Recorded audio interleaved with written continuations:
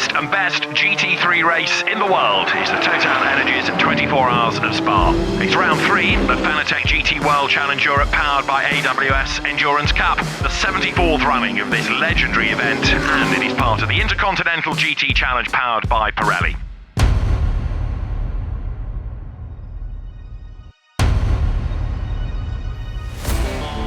As a passionate go-karter from a young age, my dream was always to become a professional racing driver.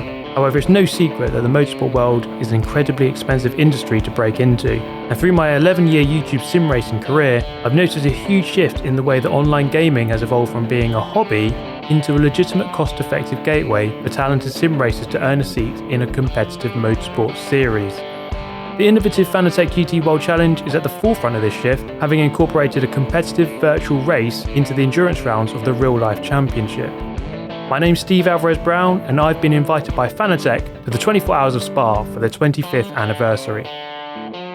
In the previous episode, we took a rough overlook of the series, the Fanatec GT World Challenge. We're going to find out a couple of different things. What the fans think, what the drivers think, and whether or not other sim racers could use this kind of format to get into motorsport. So we're going to take a very detailed look behind the scenes and just see whether or not this can change the future of motorsport. Mr. James Baldwin, how's it going? Well. You're looking forward to, well, racing the Spa 24 Hour. That's quite a momentous occasion for you, right? Yeah, it's quite the feat. I mean, biggest race of my career by a mile. Yeah. So looking forward to it. It's tomorrow. And got the Esports Race and stuff as well, so it's going to be a pretty jam-packed weekend. So about the Esports Race, obviously it's quite a new, innovative, different element of the championship.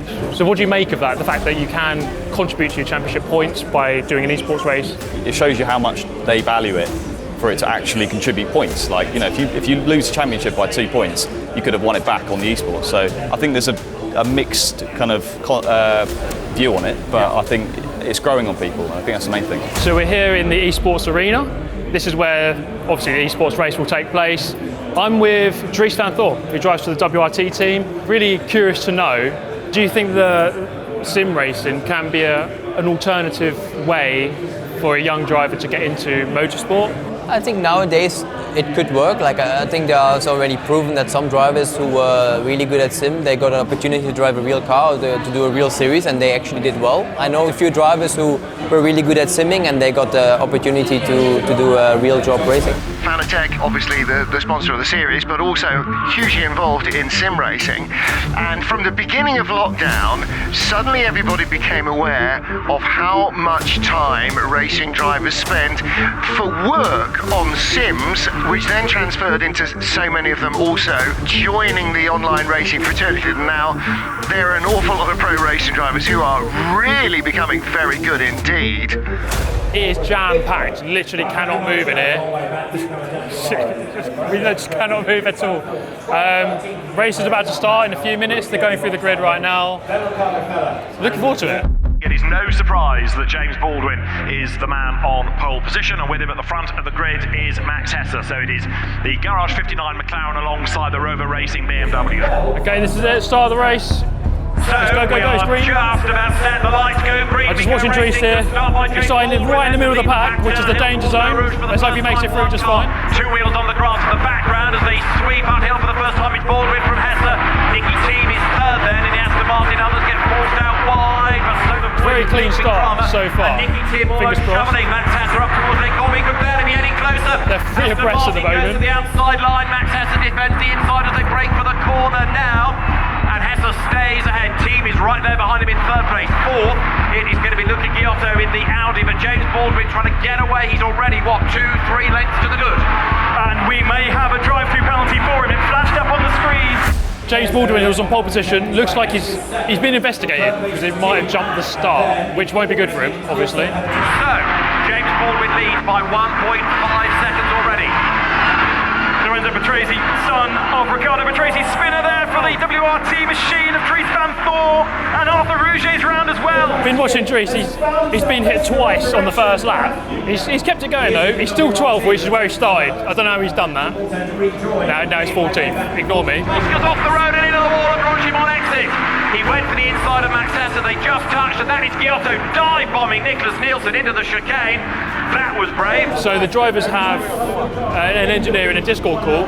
So it basically mimics the real series where you have your engineer giving you information, feeding you advice or information about the race and how to go forward. So I found that really interesting. And it's an interesting discussion, isn't it? Because James can come in, he can score 5 championship points in the Fanatec Esports GT Pro Series.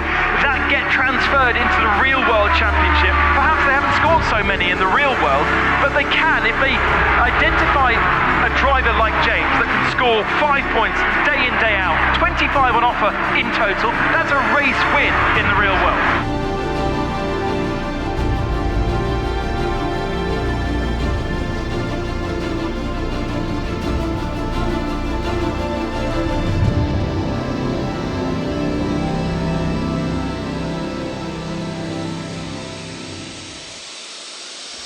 James Baldwin wins at Spa. He breaks the beam, he takes the flag, he gets a huge round of applause after a great drive. It is a win for James Baldwin, for McLaren and for Garage 59 and for a silver driver to win outright. Nicky Team now come through for second and to win for V16 AMR the Pro category. Baldwin, well driven main, fantastic performance as ever. He had to practice last night in the real GT3 car, and obviously that is quite fatiguing, it's very tiring. And the winner overall for Garage 59, James Baldwin. Absolutely starring performance, as you would expect from an esports pro. Congratulations, obviously, first thing. It almost started the wrong way because you're on pole, but then very quickly there was an investigation that you jumped the start. So I thought, oh goodness me, he's already bowled it straight away. I thought I'd bowled it as well. Did you know that? Were you aware of that? I saw a drive-through come up and then it got cleared. So obviously you're not racing at home in the comfort of your own rig. So you've got to get used to a different rig. There's people about, there's a bit more noise and cameras. Does that affect you? Well, it weren't too bad to be fair, apart from the final lap. And then obviously like everyone swarms you. Okay. By that point, you're already all right. So where did you qualify in the actual race, the real life race? We qualified P26 overall, P5 in the Silver Cup class, and we were top McLaren. I think James Baldwin winning, it kind of highlights a point to me that drivers can really come through sim racing and get into the real thing. James Baldwin's on the grid, he's in the McLaren, he's in the top half of the grid, and he is the top sim racer, he won the race. So it kind of proves to me that you can get into it through that route. Welcome everybody to the Fanatec GT World Challenge Europe powered by AWS Endurance Cup. Welcome to the TotalEnergies 24 Hours of Spa. Welcome to the Intercontinental GT Challenge powered by Pirelli. Day 2, it's race day today, it's the big day, and Fanatec is their 25th anniversary. They're celebrating it here at the 24. We are hopefully going to get a drive around the track in their 600 horsepower van.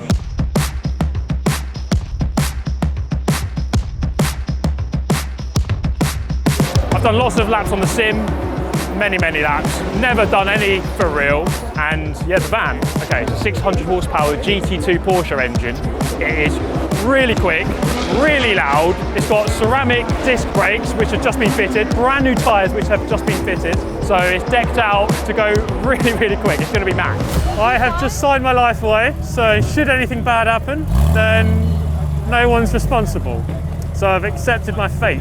Have you been in this thing? No. You're not? I heard stories. Honestly, mate, I heard stories. It's unreal.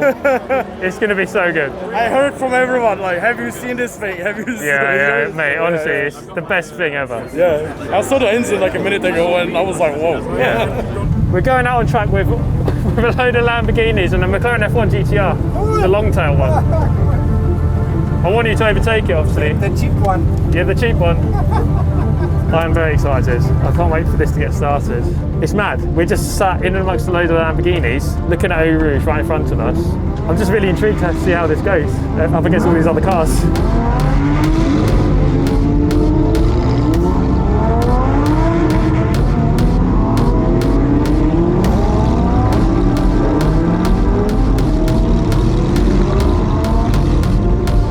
Oh man, this is going to be so good. Okay, let's do it. Oh yeah! Get those tyres warm.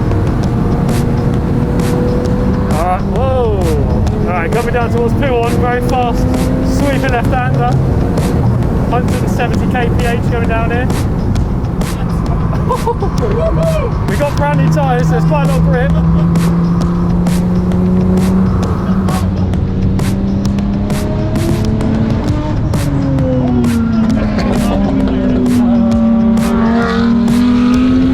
This is mad. McLaren's just gone past us. This thing is quick. Final chicane. Another Porsche. And we're into the pit lane.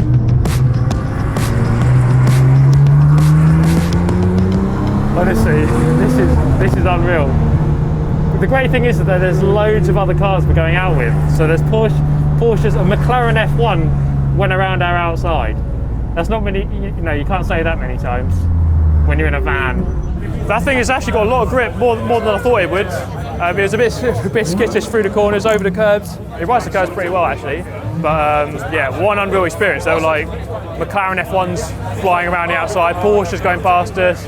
Although the van actually held its own, it wasn't too slow compared to them. So yeah, just a mad experience.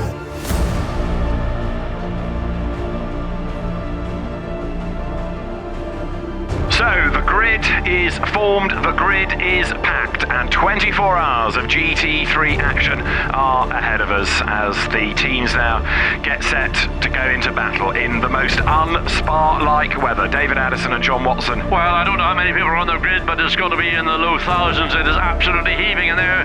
The new grandstands, as we look, just to get a glimpse of the temperature, 26 Celsius there, 39, unseasonably almost warm temperatures here, Spa-Francorchamps.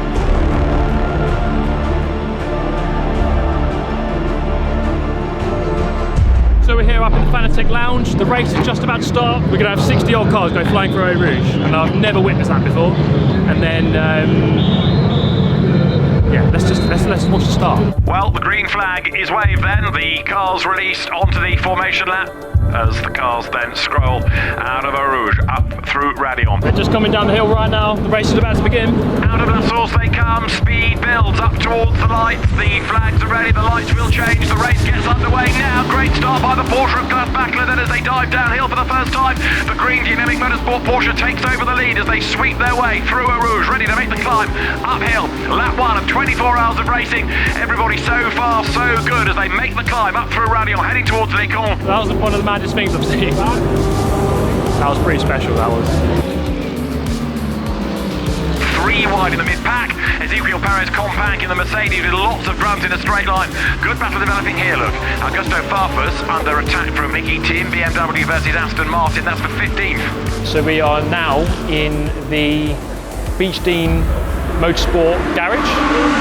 Aston Martin Racing. So a lot of this team, very, very talented engineers and mechanics. A lot of them highly experienced. They've been in the business a very long time. A lot of them have been to Le Mans, won Le Mans, one of the most prestigious race, or the most prestigious motorsport race that there is. So that kind of experience is what is needed really to succeed at the top level of GT3. I am joined by Mr. David Pittard. Here he is. I'm really intrigued to know, how do you sleep? When do you sleep? Do you sleep? How does that happen? Yeah, so for me, sleep in the week during up to the event is massively important. If you can effectively store sleep throughout the week, then when it comes to actually cashing in that sort of stored sleep that you've got over the Saturday evening, that's the crucial element for me. We actually get a few hours sleep. The guys here, both on the data stations, and these legends of mechanics over here, their day started at 9 AM this morning, and they won't finish until probably about midnight Sunday evening. So they're actually in the middle of a 40-hour shift.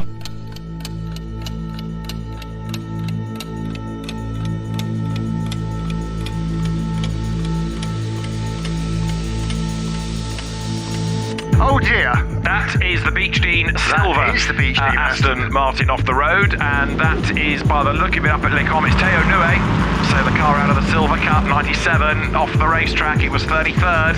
Now, I don't want to jump to any conclusions, but there may be some evidence that there was an assist. Yeah, so there's been an incident, and it looks like one of the Aston Martin cars, and we're in their garage right now. We're not actually sure, we're trying to work it out. There is a Mercedes, its bonnet is back up on its windscreen, but it looked like an Aston Martin for a few seconds was against a wall. We don't know, we're just trying to work it out. Oh, yes, it wasn't the same incident. He got into the back of the Porsche coming out of the Cours Paul Frere. So Al-Faizan Al-Zubar ran into the back of the Allied Racing 911. Okay, so we just had news, and unfortunately it looks like he's going to have to retire from the race. So it's not, it's only like 2.5 hours, nearly 3 hours into the race, and unfortunately a retirement, it looks like. So some of the drivers won't even get a chance to drive the car. So it looks like, very unfortunate way to start this race. Beach Team do have another car. We'll be rooting for them. They're up in the top, well inside the top 20, I believe. So they're running very well. So let's hope that they can get a bit further up the order. Manuel Maldonado currently leading the silver class in the McLaren. James Baldwin's going to take over that car later on. One of the great esports stars, but also a real world British GT race winner. We've come to the grandstand just above Eau Rouge. Let's go and find out the most important opinion, that of the fans. Let's go and have a look. As part of this, there's esports, right? It contributes points to the championship. So the drivers in the actual real championship can get more points in the esports. So, what do you make of that? It's a good thing because you want to try the esports together with the normal sports. More talent can be spoken to through sim racing. It's easier to get to. It's more cheaper. I understand the esports is getting more popular. This could be a good thing that they don't have to spend that much money, but at the end, for the points, you need to do it on the track. I think it's a good thing because it encourages esports players and people that are not a pro player to participate and maybe get promoted to real racing. I think it's really cool. It gives young drivers an opportunity to race and maybe skip karting if they're good, and then they can start in series like these. And this might be a really stupid question, but who are you rooting for this weekend? Valentino Rossi. It's not too long until it's going to feel really quite dark out on the circuit. The sun has long since gone over the grandstand opposite the start-finish straight. It's getting a bit darker. Concert is starting. It's quite a sight. The guys go off Eau Rouge at night time, so it's getting a lot more lively now. The event's actually just beginning to come alive as it gets dark. So BMW leading the way, Augusto Farfus, second place the yellow Ferrari. Raffaele Marcello still third, Kevin Ashton fourth. And some of the people have decided they're not watching for a bit because they're at the concert. As you can tell behind me, the party's just getting started. I love this. I might do this every year. I think I'm going to stay here every year. We've got the Valentino fans. See, everyone's loving it. The energy's great right now, see? We are going for a lap, not off the track, because you can't really do that, but around the outside of the circuit. So we're going to get a really close look off the track of the cars going around at night. It's going to be a really good view. I'm not sure exactly where this is going to go. I'm not sure exactly where they're taking us, but we'll find out in just a moment. And so we have 16.5 hours of the race remaining. The next big points haul will be in 91 minutes time. Okay, this is incredible. We're up at Les Combes, the chicane at the end of the Kemmel Straight. We're getting really close access. They're coming up now. The cars are so unbelievably quick through this corner. And you might not be able to hear me, but they have got an unbelievable amount of grip. But we're standing at eye level, really close, so you really get an appreciation of how quick they are. It's so good to watch. And especially at night time, I think the sense of speed is just on another level. So we've just seen James Baldwin go past. He's out in his stint at the moment, his first ever stint in the Spa 24. He's going really well. He looks really comfortable out there, he's doing a good job.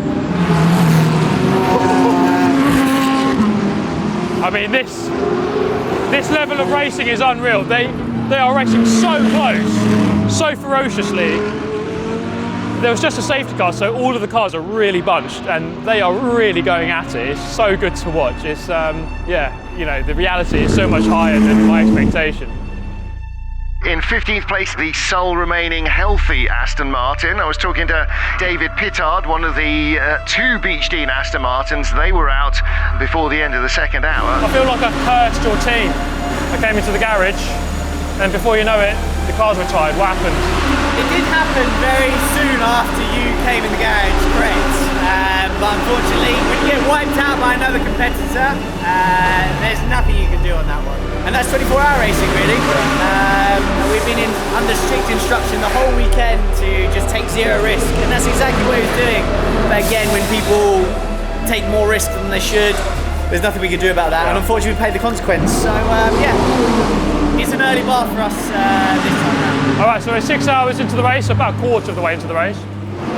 Nicky Tim is just about to go out in the remaining Aston Martin, so he's gearing up for pit stop and his stint. So he's going to go out. I think he started the race, but now he's going out for his second stint. This is where things get a bit more tricky. The penalties are a lot more frequent going into the night. People are more tired. It's harder to see, obviously. I think that goes without saying. So it's always, you know, tricky going and driving out in the night. Okay, I'm joined by Maxine Martin, winner of the race in 2017, was it? You won the race? 2016, winner of the race. So how was your stint out there? You just came in, how was it? Yeah, it's quite okay. I mean, we are fighting hard, a lot of cars out there, especially in the night. A lot of cars that don't really know where they're going, but yeah, it's quite interesting, but yeah. So obviously you have to drive as quick as you can, but how do you avoid all of those incidents? Yeah, you really have to be careful also on track limits. You don't want to have any penalties or anything, so for sure it's always difficult, but yeah, we try to do the best, we try to push and still to keep some margin. Perfect, thank you so much, good luck. Thank you. Cheers. 16 hit the wall. Matthew Payne, the New Zealand racer. At turn 17. That's the one on the exit of Blanchimont. Yeah. We're going to switch our focus over to BMW. I'm quite curious about them because they started quite low, but now they're up in the top three. Now they're using the Fanatec wheel in the car, which is pretty awesome. We covered that in the first episode. So let's go and have a look at BMW, Rove Racing, see what they're doing. The race director has brought out the red flags. Cars have returned to the pit lane, so the circuit has fallen quiet. I think there's a red flag. Lots of drama in the pit lane in this garage. Packing up all the seats, lots of movement. I don't know what's going on. I feel like I'm in the way. I think I'm in the way. But yeah, a lot of excitement. Something's going on. The ones that didn't come in, and that means both of the Rover Racing BMWs that were sort of half a stint out of kilter with the others are now sitting in the lead of the race. Nick Yaloli in 98 and the sister car, number 50, with the Northern Irish racer Dan Harper. They are first and second. It's landed in their lap. How's the race gone so far? I mean, it looks like it's going quite well. Yeah, not so bad, not so bad. It's very hectic out there. At the moment we are 1 and 2, which is quite good, but still very, very long to go. And yeah, it's really key to make no mistakes here, to be lucky with the full course yellow situations. But yeah, first of all, to finish first you have to finish, right? So we try and stay calm as best as we can, but obviously sometimes it's not so easy to control the emotions. So the steering wheel in the car is the Fanatec GT3 wheel. How does it feel like to drive with that racing wheel in the car? Yeah, it's awesome. It's really nice, and we have it on our home rigs as well, which is great. So it's always the same feeling, which is nice. So you stay a bit in your rhythm when you're back home. It's a very nice feature, and obviously, if we can win with it, the better it be. We just caught them a moment of carnage there because it was a red flag. I think someone went off hard at Blanchimont. We're going to go to sleep for a while. We can actually sleep. The mechanics here have to stay up all night, so we're the lucky ones. But it is nearly 3 AM, so we're going to go get some sleep, and we will catch up in the morning and see where they are.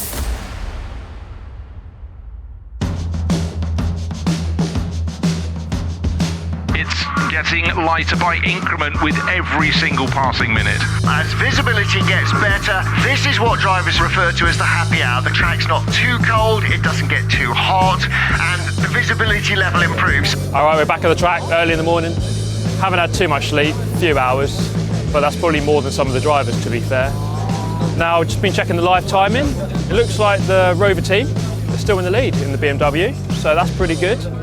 We are going to go and head up into their garage and see how it went overnight. It is coming up to midday.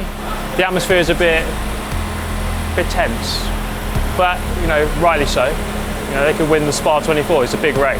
How's it gone overnight for you? Yeah, well, pretty well. We are kind of leading the race. We've been always going a little bit up and down, depending on the pit stop sequence, either top 3. So car is running strong, but there is still 5 hours to go. So it's going to be a sprint race to the flag. I think we are on the right path, the right track position. So we just have to try to be out of the trouble and keep the car clean. Here's a little one for you.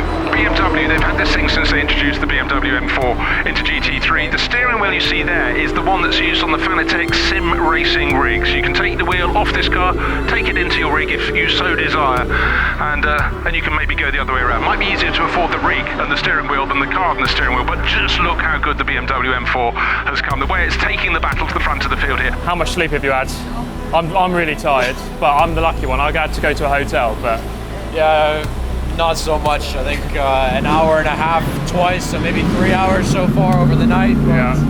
Yeah, the adrenaline keeps us going here, and yeah, we're in a decent position right now, so we keep pushing and hopefully can bring it home. How does the sim racing and the esports help you with the real racing?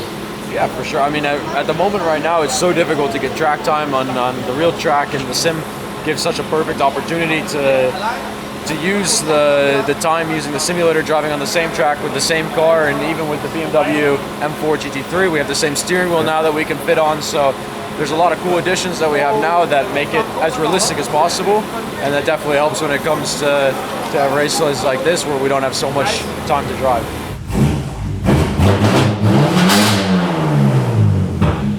Okay, first off, it's very loud. This is the BMW M4 Gt4. The special thing about it, it has the Fanatec BMW wheel, and it's interchangeable with the sim, so you can take it out, put it on your sim, race the real car, race your sim car, all with the same wheel.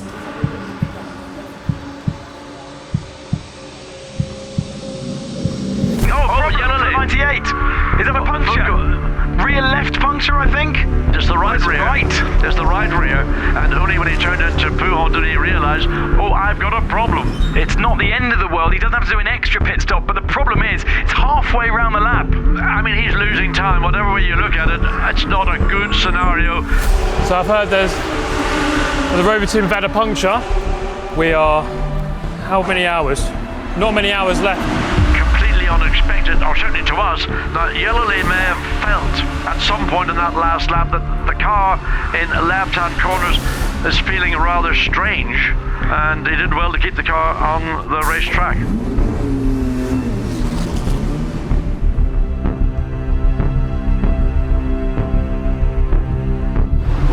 Okay, there's less than an hour left in the race.